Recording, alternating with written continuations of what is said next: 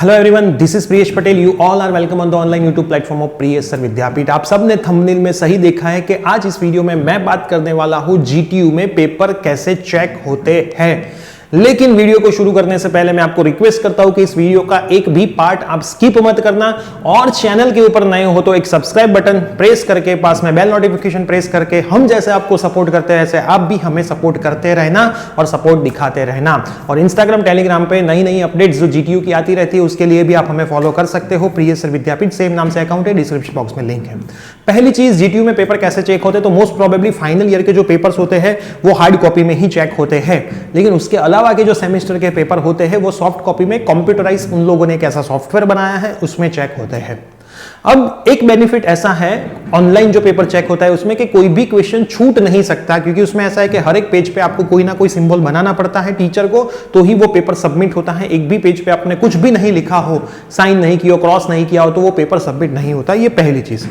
दूसरी चीज, paper check करने के टाइम टीचर के दिमाग में दो चीजें हो सकती है। एक, दो टाइप के टीचर्स होते हैं। एक ऐसे होते हैं जो बहुत कम टाइम में पेपर चेक करते हैं क्योंकि उनको मतलब होता है उनके पेपर के पैसों से।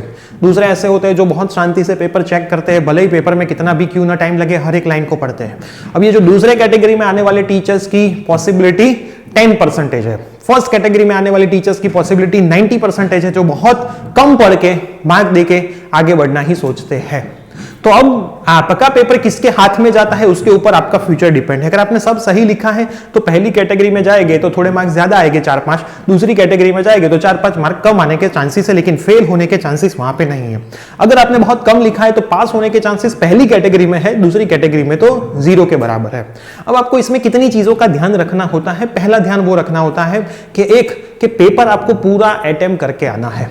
अब आप सोचोगे सर कुछ आता नहीं हो तो पेपर पूरा कैसे अटेम्प्ट करें। मैंने आज तक जीटीयू के बहुत सारे स्टूडेंट के साथ डील किए, क्योंकि ऑफलाइन कोचिंग में मैं जब उसको पूछता हूं कि तू क्यों फेल हुआ, क्या तूने पूरे 5 क्वेश्चन अटेम्प्ट किए थे, तो वो बोला नहीं सर मैंने 3 ही लिखे थे, 2 नहीं लिखे थे।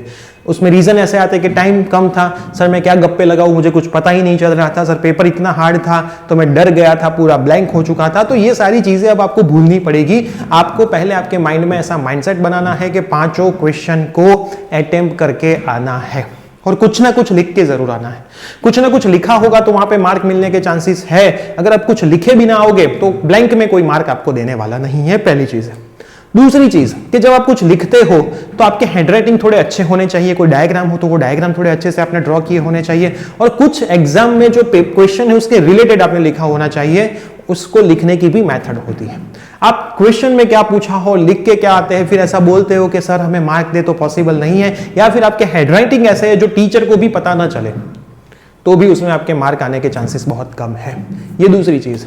तीसरी चीज है कि जब कभी भी आप कोई क्वेश्चन को लिखो तो ऐसा जरूरी नहीं कि 3 मार्क का क्वेश्चन है तो बहुत लंबा लिख लो, बहुत अच्छा आता है। 7 मार्क के क्वेश्चन को एक पेज में आप खत्म कर लो, क्योंकि उसमें कम आता है। जितने मार्क है उतनी ही उसकी लेंथ रखें।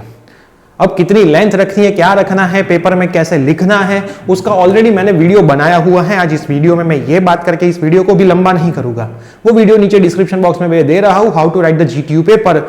आई थिंक 4 वीक जैसे हुए हैं और 24,000 उसके व्यूज आ चुके हैं। और नीचे कमेंट बॉक्स में आपको देखना बहुत सारे स्टूडेंट ने उस मेथड से पेपर लिखा हुआ है और उनके कैसे नंबर आए वो सब लोगों ने नीचे बताया हुआ है। तो आप उसको भी जरूर देख लेना, तो आपको पता चलेगा कि एक्चुअल में आप जो पढ़ाई करते हो उससे अलावा भी है इंपॉर्टेंट चीज, पेपर में प्रेजेंटेशन कैसे करते हो।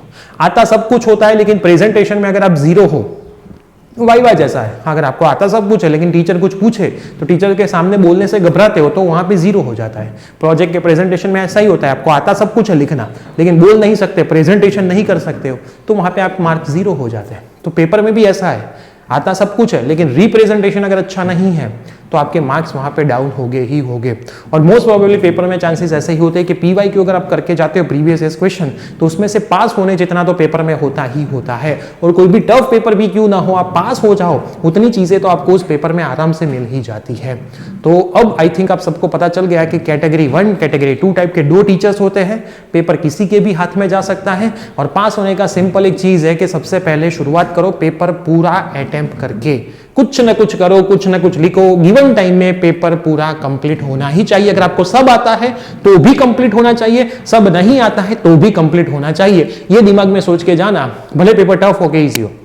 पेपर कैसा भी हो, सारे क्वेश्चन लिख के आना है और 1-2 सप्लीमेंट्री एक्स्ट्रा भी भर के आना है, लेकिन हैंड राइटिंग पहले से लेकर के लास्ट तक अच्छे ही रखने हैं। और जो वीडियो मैंने आपको बोला वो डिस्क्रिप्शन बॉक्स में, उसको जरूर देखने ला। इस वीडियो को आपके जितने भी फ्रेंड सर्कल है उसमें जरूर शेयर करना, वीडियो को लाइक करना, चैनल को सब्सक्राइब करना। मिलते हैं न्यू वीडियो में, till that bye bye, take care.